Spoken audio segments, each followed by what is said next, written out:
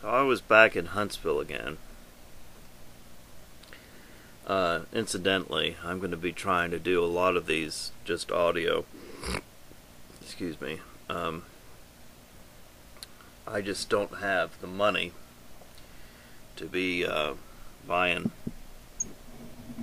batteries for this camera.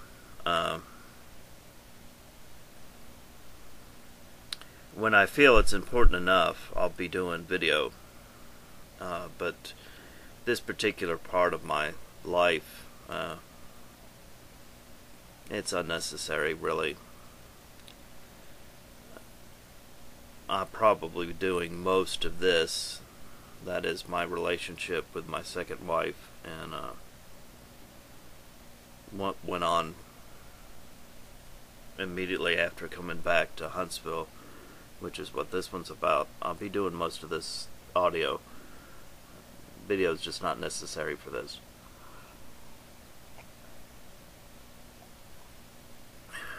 Well, I came back to Huntsville, obviously. I am going to post some pics of my fair city. Huntsville is a very progressive town for the South. And despite what many people think about the South, their stereotypes, Huntsville is a lot of transplants.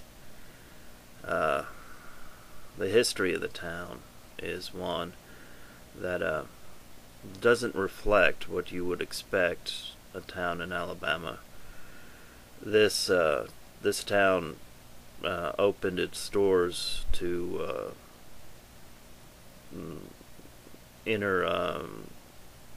mixing the races as far as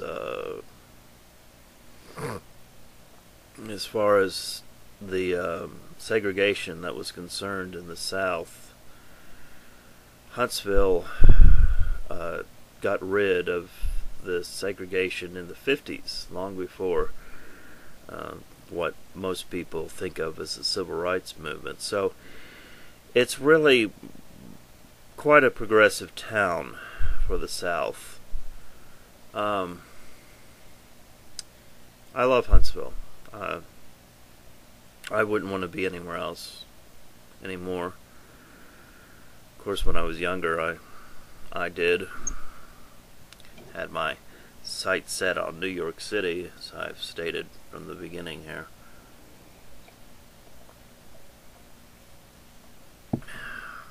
Now, when I was first back here in Huntsville, I found a church that was associated with what was originally the Worldwide Church of God, and Herbert W. Armstrong.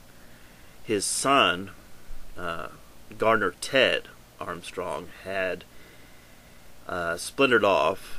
He was one of the major splinter groups of the Worldwide Church of God. I'll see if I can find anything about them and post it here as a link. So I found a church from the very beginning. It was within walking distance of my place, which to me said that it was important for me to continue to practice this religion that I had been practicing. Up on the hill, they called it Sabbatarian. Here they called it Intercontinental Church of God, but it was the same belief system. So I had a church to go to, a church that I could walk to, a block away. I mean, this Intercontinental Church of God is not exactly, well known, but yet I have a church right there, a block away from where I was staying. So I started to go to church there. At the same time, I got a job at a place that, at least our division of it, made satellite dish receivers. This is where I met the woman who would become my second wife, Yang. And as I said about Maria, when it came to Yang, it was love at first sight. And as I said about Maria, and I'll say about Yang, love at first sight is a myth. It is lust. I was still in love with this girl I was talking to on the astral plane, woman. To clarify things, lately I have been speaking with her again, and I have a feeling that is, well, I know it is, bothering at least two of my three wives. Maria doesn't seem to worry about much of anything when it comes to this. I just want you to know that this wasn't my idea to begin with. I do the will of Sophia. She told me to go back and start talking with her again, and trust me, trust me, trust me. She is significant in this. I can't go into details. Unfortunately, this story, this part of the story, is going to have to be told at a later time. It's going to have to be told after I'm already gone. And that's for her protection. This woman. She is a mole for me at this point, so that I know what's going on in the opposition. And that's what her purpose is, and that's what her purpose always was. I met her first, before you three. I'm not looking for someone else.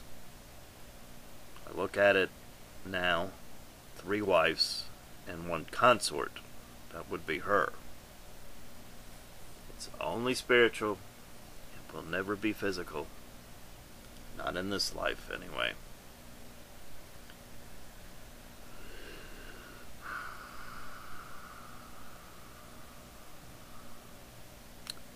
I actually, when I first started working there at this place, I met a black girl that I was working with, and I got interested in her initially after I had already met Young. That didn't work out. She was a Seventh-day Adventist, so we had a lot in common. I was still trying to practice my religion, which, you know, was a major tenet of it. It was keeping the Sabbath on Saturday. She and I, she couldn't get over the whole racial thing, and so it didn't work out between her and I. I wonder what she's up to. I tell you what, she's a good woman, but anyway, I asked Young out, and we started going out. We had nothing in common. 0. Very first night. Bizarre. Bizarre. She says she doesn't know why she did it. It was a Saturday. Okay, my religion, it was Friday night. It's Friday night to Saturday night is my Sabbath. My religion at the time made it quite clear that no one was to work under my roof. Period. I had some dirty dishes. This was our first date. Okay?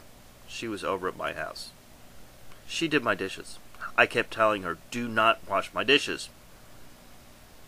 It is against my religion. But Young, you don't give a good GD about anybody else's belief system except Mormons. Mormons. Mormons. Trust me, you get around a Mormon, they are extremely sanctimonious. Extremely. They think that they know everything and that they are the only true servants of God. Ridiculous. Well, I would continue to go to this church, and as a consequence, any serious relationship that Young and I would have was doomed at that point. We had nothing in common. Complete opposites. She had never drank in her life. I was an alcoholic. She was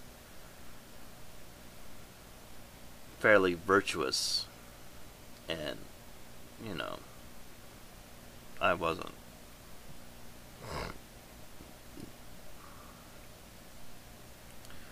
Well, we went out a few times. It was never serious.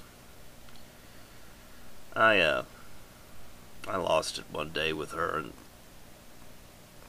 my jealousy gets the better of me from time to time, as you well know. And I said something to her about some other guy that she was talking to. So she decided to break off whatever we had, which wasn't serious at all at that point. When she did, I said, fine, you just want to be friends, the old traditional, let's just be friends. I said, okay, you just want to be friends, I'm going to talk to you like a friend. Let me tell you what's been going on with me. I was in love with someone else. And all it was this